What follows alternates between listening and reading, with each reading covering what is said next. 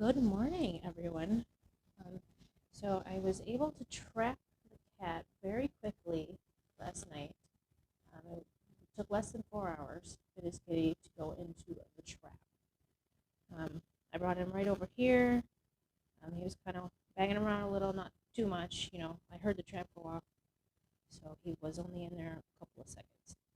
Um, I transferred him into, actually, I don't know if it's him yet. I thought I saw testicles, but I'm unsure of the sex. So I was able to transfer him very easily into this bigger crate for the night. Um, I didn't disturb him too much. I didn't, film anything because he seemed nervous, and he still does. As you can see, he's going to be a pretty good example of what it can be like to trap a stray. So my initial thoughts on him are that it seems like he may have been a house cat at one point. I think that because he's given me, several decent eye contacts with some good blinks, and his ears are, facing forward, and he's, trying to pay attention to me. Like, and another indication that he may have lived in a home is that he did not turn his entire crate over. As you can see, the litter box is right where I left it. He ate all of his food and water. As you can see here, he ate everything that I left for him and did not turn the whole cage over. Like a true feral, a wild animal, will normally rip their whole cage apart the first couple of nights. So, and he did not. And when I walked in this morning, turned the lights on, he was spread pretty, spread out over the towel, laying on his side. A lot of feral cats, and now, I mean, you can see now he's bunched up in the corner now that I'm sitting here. But a lot of feral cats, they're wild animals, and they're traumatized if you bring them inside, and they just smush up against the back, flatten their ears, close their eyes, and you know look look very terrified. He's very scared for sure, but he doesn't look absolutely terrified. So, and, it can really be hard to distinguish um, between the real ferals and an animal that you can touch. Um, so what I'm going to show you is just how I approach these cats initially. Um, I am wearing gloves, of course, and he's already hissed at me this morning, and since he's bunched up against the back, if this were somebody's house cat, he would probably be walking towards the front of the cage, rubbing up against the cage, trying to seek attention, and then I would try to stick my hands in there and try to touch him through the cage. But he's not showing me any of those signs. He's backed up way back against the corner, as far away from me as he can get. I don't know. Sorry, I keep putting my throat on it. I don't know if you can see, but one way that I kind of tell how approachable they are is that they, blink at me multiple times. I know it's kind of a goofy thing to say, but you kind of get used to the way they look. He's not going to be approachable right away. As you can see, I got my gloves on here. I'm gonna open his door, and you notice I'm kind of talking quietly. There's no noise in here. You don't want to have your dogs around when you're doing this. You don't want to have screaming kids around when you're doing this. If you're gonna bring one of these animals inside, keep them covered, keep them warm, but not too warm, because he's been outside in 2-degree weather for probably 8 months, and he's not used to really hot temperatures. So there are a lot of things you can do to keep them calm, and if they are just stray, to pull them out of their shell. So I'm just going to be really quiet. And I already know that I will not be able to touch this cat right now, but I just want to show you, kind of how dangerous this can be if they don't want to be touched. So, and he does not right now. But like I said, I think he's given me a couple of signs that he may be able to come around in a few days. So we're going to give him a chance. So what I'm going to do, I'm just going to open the door, and I just watch his body language. When I scoop forward and get closer, and I'm going to reach my hand towards him, and you're going to see him bunch up in the corner. You're going to see his ears go flat. You see he's already starting to look away from me. He does not want me to approach him right now. So I'm just going to put my hand halfway towards him, very gently and slowly, and you'll see him back to the corner, put his ears back, and hiss at me. And that is as far as I'm going to push him, just because I want to show you the reaction. I'm not going to push him so far that he actually strikes at me, because when their first line of defense is to back up in the corner and hiss at you. And if you continue to approach, they will likely lash out and either bite or scratch, which you do not want. There's no reason to push them that far on their very first morning. So I'll just show you his reaction to me trying to approach.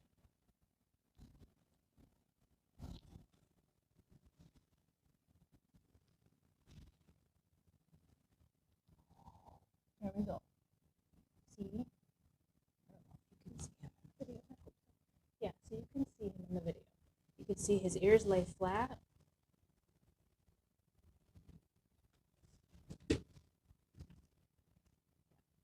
See the ears lay flat, and he's scooting to the back. He wants absolutely nothing to do with me touching him right now. So if that's their reaction, I stop right there. I do not push them to strike me, because he will. You don't, that's not an experiment you need to run. If they back up in the corner and hiss at you, they're not ready to be touched. So what I'm going to do, I'm going to leave my gloves on. He didn't use his litter box, so I'm going to leave it right where it is. His towel did not get destroyed. He didn't poop on it. He didn't vomit on it, so I'm going to leave his towel right where he is. I'm going to leave most of his setup just like that. The only thing I'm going to do is I'm going to take out his food and water bowls, and I'm just going to set them aside.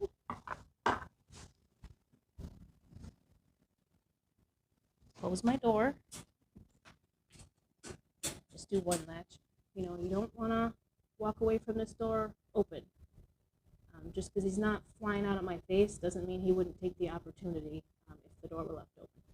So I'm just going to fill up his food bowl. Just got some grain-free basic food just from Tops. I don't buy them anything expensive right from the get-go. But as their condition improves, the food quality goes up. So I know it's tempting at first to feed them a buttload of food. It's very tempting to fill up their bowls because they've been outside. You feel bad for them. But he is not skin and bones, which is great. So I'm only going to put about this much food in there. Basically, a couple reasons for that. One, I want to be monitoring how much this cat is eating. I want to know, if I fill this bowl up to the top and he just munches on it 24/7, I have no idea how much he's actually taking in. So I got about just over, about less than half a cup of food that I'm going to give him right now. And another reason I only give them a little bit of food at a time is because, their digestion is whacked when they're out on the streets. Who knows what he's been eating for the last few months? Probably garbage, rodents, random ass food from people like me who leave food out for him, because I've been trying to get him for a couple days. So he's been eating food off my porch for a few days. So who knows what this cat's eating? In my opinion, just all stray cats, I treat them all like they have fleas and worms. I have no evidence that he has fleas and worms yet, but I just assume that they all do. So I handle their litter boxes with gloves, and I'm careful about disinfecting. I treat this cat like a wild animal as far as germs go. So yeah, small bit of food. We want to go easy on their digestion, and we want to see exactly what's going in and exactly what's coming out. Best indicators of health are the orifices. I'm looking at his ears. I don't see black mites from here. I don't see ticks. His eyes are not spewing mucus. His nose is not spewing mucus. You can find some cats in some really bad conditions. So you want to check those eyes, check that nose, and then you kind of know what you're dealing with, which is another reason I would think he would probably be a house cat at some point. Because he is in okay shape. And I keep calling it a male, but I actually don't know the sex yet. But I thought I saw testicles when he was turning around. So I'm going to put this food bowl back in. And the fact that he's not just straight up coming at is a good sign. Because a feral cat, like a real wild feral, they want out. They want to wreck you and get as far away from you and this cage and this situation as possible. He's probably going to be all right. We'll see.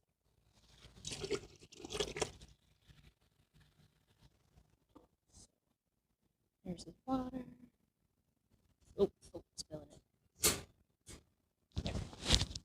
Yeah, see, he bunches up see, he's looking away from me when I approach. So, it's going to be nice and quiet. Close him up.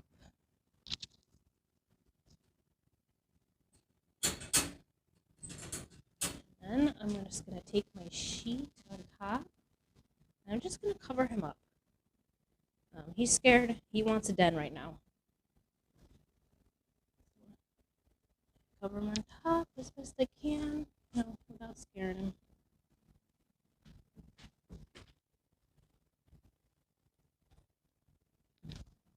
And I'll go give him another towel later. But so that's pretty much it. I'll cover him a little bit more. So that is your first look at trapping strays. I've got some hopes for him because it doesn't look like he's trying to absolutely wreck me. So maybe we can pull him out of it. When they're it doesn't matter how they're raised. If they're on the streets for a few months, it can take them a good minute to come around. So, but he's given me indications that he will be handleable. So we'll give him a couple days, see if he poops in that litter box, and yeah. He's a good example of what it can be like. Thanks for watching. Alrighty, so you're gonna notice obviously in that last video that my audio was cutting in and out, which is unfortunate. It's a brand new microphone and it's not working. So I'm gonna add subtitles to that video because I do not want to be all up in that cat's face twice re-recording. So sorry about that. So this is going to be a contrast example to the behavior expressed by the first kitty. This is a house cat. As you can see, he's up, he's perky, he's got fluffy bushy tail, ears forward, coming up for attention, looking around, you could see his eyes are clear, he wants attention. If I put my hand up, he's gonna come up and say hi, sniff me, playful activities. Like this is not a cat that's gonna mess you up. Sitting forward, all coming all the way up to the front of the cage, nice pink nose, nice pink booty hole, no diarrhea anywhere. So, this is a good contrast between the two kinds of cats that you can pull in. And I'll even, I'm gonna dump some treats in my hand. And when I open the door, he's gonna walk right up and take a look at the treats. I'll put him down. He might even just pop right out.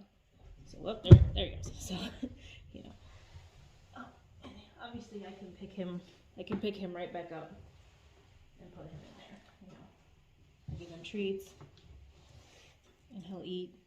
He might not eat now. He probably just wants to come out. But if I close that, he'll eat the treats. So, just a quick reference on the difference between bringing in a stray and bringing in somebody's house cat. So he's gonna munch down on those treats. So, yeah. This is my cat. He's fairly used to being in this crate. So, yeah, all right. There you have it.